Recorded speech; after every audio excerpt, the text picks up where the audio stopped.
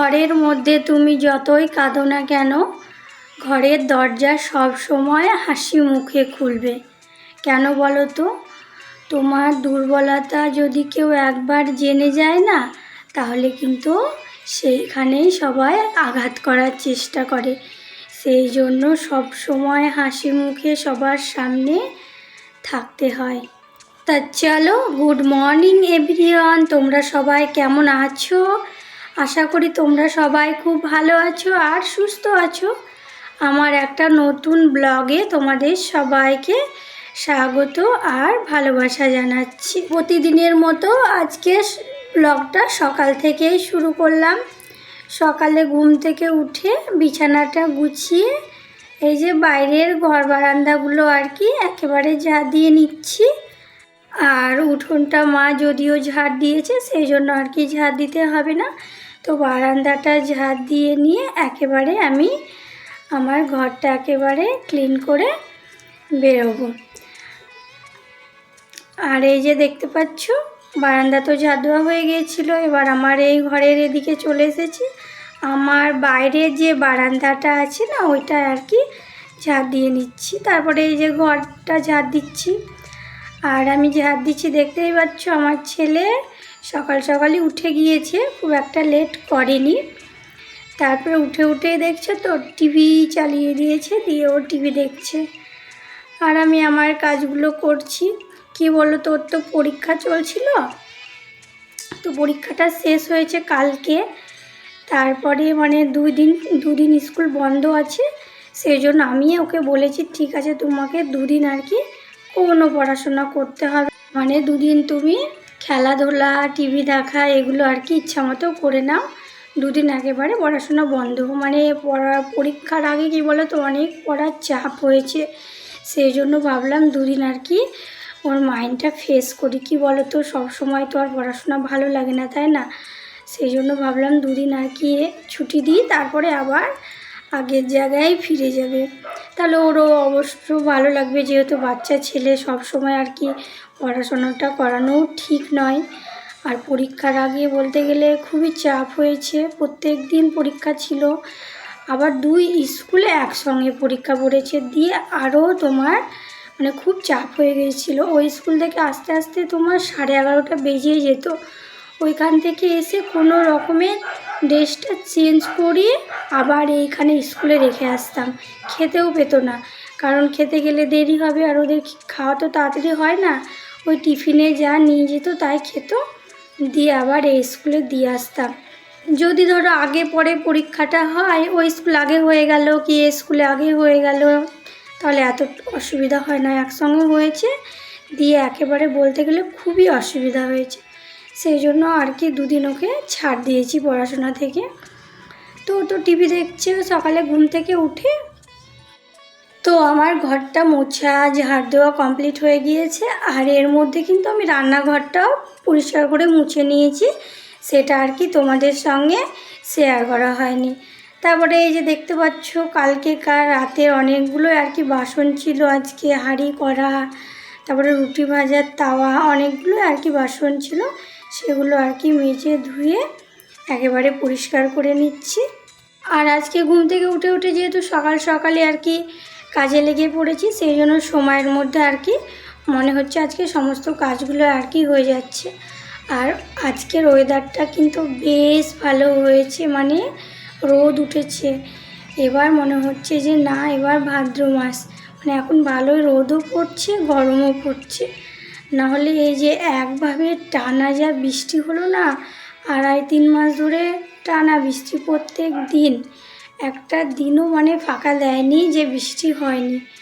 সেই জন্য এখন কিছুদিন হয়তো ফাঁকা দিচ্ছে, কারণ সবাই জানো তো এ মাসে সবাই জামা কাপড় বিছানা সব কিছু আর কি রোদে দেয়, তাহলে আর কি ভালো হয়, জিনিসগুলো ফ্রেশ হয়।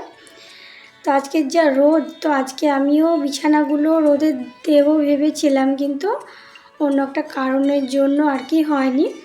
আর এই যে ছেলের জামা কাপড় স্কুলের কিছু ছিল, ওইগুলো আর কি কেচে দিলাম। আর স্কুলের এই যে জুতোগুলো আর কি পরিষ্কার করে দিচ্ছি। এখন 2 দিন স্কুল বন্ধ, তাহলে আর কি ভালো মতো শুকিয়ে যাবে জুতোগুলো, তাহলে আর অতটা চাপ থাকবে না।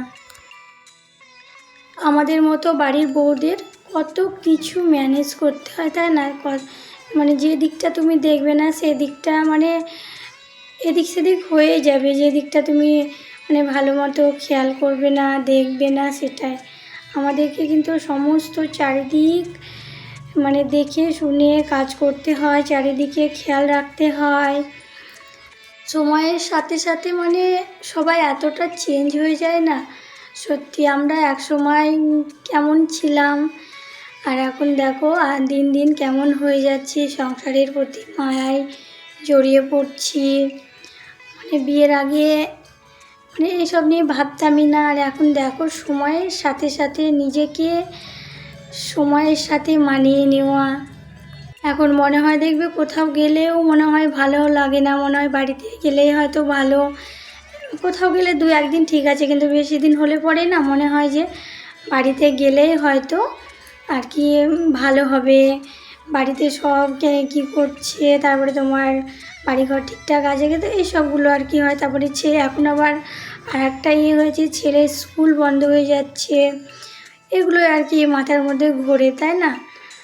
আর এই যে কি জামা কাপড়গুলো কেচে দিয়েছিলাম সেগুলো আর কি নিচেই দিয়ে দিলাম, কারণ এখন যা রোদ পড়েছে না, নিচে সব ভালো মতো শুকিয়ে যাবে। আর আমাদের নিচের দড়িটায় না ভালো মতো আর কি রোদ দেয়, সেই জন্য নিচে আর কি দিলাম, ছাদে আর উঠলাম না।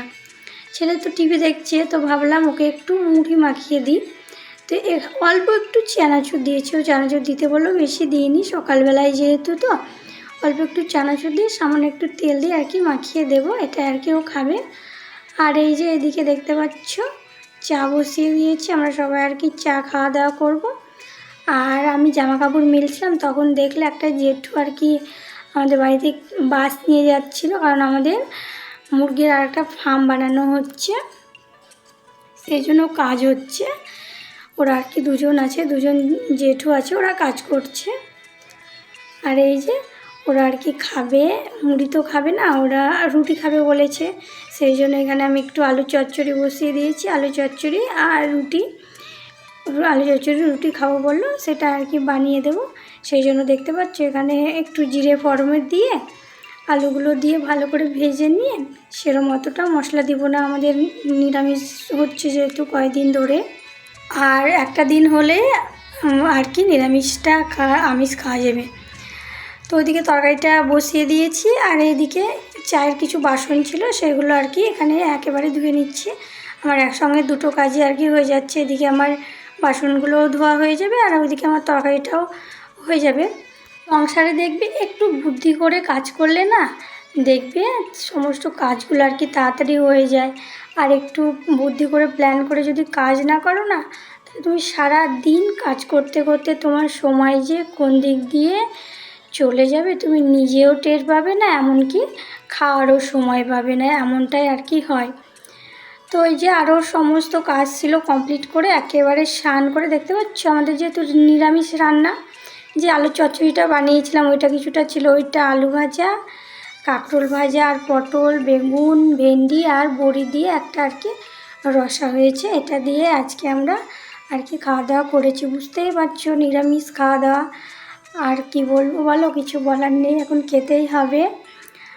তো বিকেলবেলা তোমাদের সঙ্গে একেবারে দেখা, তো আমি যে এই জিনিসটা দেখতে পেলাম, ভাবলাম তোমাদের সঙ্গে শেয়ার না করলে তো আর হবে না, সেই জন্য তোমাদের সঙ্গে একটু আর কি শেয়ার করে দিলাম। দেখতে পাচ্ছ এরা এসে কি অত্যাচার করছে, ঘরের মধ্যে ঢুকে যাচ্ছে, গাছপালা ভেঙে দিচ্ছে। এই দেখো এখানে সজনে গাছটা 2টো ডাল ভেঙে দিয়েছে, মানে খাবি খা, একটা দুটো নে, তা না, নষ্ট করে খুব।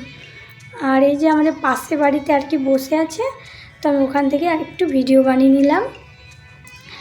আর ঘরের মধ্যে ঢুকে যাচ্ছে, আমাদের জানো তো সিঁড়ির নিচে আলু ছিল, ওইখান থেকে আলু বার করে আর কি খেয়েছে। আর এই যে দেখতে পাচ্ছ মা বাচ্চারা এইদিকে ঘুরে বেড়াচ্ছে, তো ভাবলাম এটাও তোমাদের সঙ্গে আর কি শেয়ার করে দিই, আমার সামনে এলো সেই জন্য। তো এই যে বিকেলবেলা বুঝতেই পারছো একটু বাগানের দিকে এলাম। আর আজকে প্রচণ্ড গরম, মানে রোদ হয়েছে তো খুব, সেই জন্য হঠাৎ করে গরমটা আবার পড়েছে জানো তো। তো ভাবলাম বাগানের দিকে যাই, জেঠুরা তো ঘর বানাচ্ছিলো, দেখি কেমন বানিয়েছে, আশায় আর কি হয়নি, সেই জন্য ওইটা ভেবে আর কি এলাম জানো তো। তো চলো তোমাদেরকেও দেখাচ্ছি কেমন ঘর বানিয়েছে। একদিনে হবে না, 2-3 দিন হয়তো লাগবে। একটা তোমার ছোট্ট মতো আর কি ফার্ম বানাবে, সেই মতো শুনেছিলাম। এখন দেখি কি বানিয়েছে, তোমাদেরকে আর কি দেখাবো। আর বাগানে এলে জানো তো মানে খুব ভালো লাগে। বাগানে এলে আমি প্রত্যেকটা ভিডিওতে আর কি বলি, মানে দেখতে পাচ্ছ কি সুন্দর হাওয়া দেয়, মানে প্রকৃতি সবুজ দেখে আর কি মনটা ভরে যায় জানো তো। আর এই যে তোমাদেরকে বললাম না ঘরটা বানিয়েছে, এত দূর আর কি হয়েছে। আর আমার ছেলে দেখেছো, ওই দেখো ও বাসের ওপরে উঠছে। ওকে এতবার বলছি উঠিস না, পড়ে যাবি। তারপরে এই যে বাসগুলো আর কি একটা বাস দুটো করা হয়েছে, তো এবার ওগুলো খুব ধার আছে, একটু হাত ঠেকলে আর কি কেটে যায়। আমি ওই জন্য বারণ করছি, আর ও কিছুতে আর কি শুনছে না, ওই উঠছে আর লাফ মারছে। তো কি বলবো, ওর কথা না শুনলে মানে ও ভয় করে না, কোনো জিনিসের ভয় নেই জানো তো। তো ওর ইচ্ছা মতো করুক। আর আমি একটু বাগানে আর কি ঘুরে বেড়াচ্ছিলাম, বললামই তো বাগানে ঘুরে বেড়াতে বেশ ভালোই লাগে। আর তোমাদের দেখালাম না সেই হনুমানটা, ওই যে ছাদে বসেছিল ওইখানে, ও বাগানে এসে জানো তো অনেক গাছ ডালপালা ভেঙে দিয়েছে। ওরা আসে না কোথা থেকে, মাঝে মাঝে যে চলে আসে, মানে আসে না, আবার কয়েকদিন পর পর দেখবো যে ঠিক চলে এসেছে। তো আমাদের গাছে বেদানা একটা পেরেছিলাম, ওটা আর কি খাচ্ছিলাম আর ঘুরে বেড়াচ্ছিলাম। আর এই ফলটা তোমরা কি কেউ চেনো? চিনলে অবশ্যই কমেন্ট করে জানাবে। এটা কি বলো তো, আমি বলে দিচ্ছি এটা কিসের ফল। এটা হলো মেহগুনি, খাট তৈরি হয় যে কাঠ দিয়ে না, ওই গাছের ফল। ওই গাছ আমাদের বাগানে আছে, সেই গাছের ফলগুলো ঝরে ঝরে এভাবে পড়ে যায়। ফল তো কোনো কাজের নয়, খাওয়াও হয় না বা কোনো কাজেও লাগে না, কিন্তু দেখতে ভালো লাগে গাছে যখন থাকে জানো তো। ফলগুলো গাছে খুব সুন্দর লাগে, ঝরে ঝরে পড়ে যায়। তারপরে ভাবলাম পেয়ারা গাছের এখানে একটু যাই, যদি পেয়ারা পাই। তো জানো কী হয়েছে, আমি পেয়ারা গাছের এই যে গাছের মধ্যে ঢুকেছি, আর এমনভাবে মৌচাকের মতো আমার মুখে কানে গালে মশা বসেছে, আমি বুঝতেই পারিনি। তারপরে ছেলে বলছে তোমার মুখে কত মশা বসেছে। দিয়ে ও যখন মানে মারলো, তখন দেখলাম সব মশাগুলো আর কি রক্ত খেয়েছে কত। তো গাছে দেখলাম কয়েকটা মানে পেয়ারা বেশ ভালো ভালো পাকা পাকা হয়েছে। আর আমার চোখে না একটা কি হয়েছে, খুব ব্যথা, ওই চোখে আবার কিছু একটা পড়েছিল, সেই জন্য দেখতে পেলে চোখটা একটু মুছে নিলাম। দেখবে যে এখানে কোনো ব্যথা বা কিছু থাকে না, ওইখানে বেশি লাগে। তো কয়েকটা পেয়ারা পেরে নিলাম, এবার আর কি বাড়ি চলে যাবো, অনেকক্ষণ তো হলো। আর এই যে এই গাছটা তোমরা কেউ কি চেনো? যদি চেনো তাহলে অবশ্যই কমেন্ট করে জানাবে। এই গাছের পাতা খেলে নাকি গায়ে রক্ত হয়। আর গাছগুলো দেখেছো কী সুন্দর হয়েছে, কাঁটায় কিন্তু ভর্তি, পুরো গাছে মানে পুরো কাঁটা প্রত্যেকটা ডালে। তো এর পাতা খেলে মানে খুবই উপকারী, গায়ে যাদের রক্ত থাকে না, এগুলো যদি কেউ খায় না, রক্ত তৈরি হয়ে যায়। তো চলো আজকের ব্লগটা এখানেই রাখলাম, ভালো লাগলে একটা লাইক করে দিও। তোমরা সবাই ভালো থেকো, সুস্থ থেকো, দেখাবেন নতুন ব্লগে। টাটা।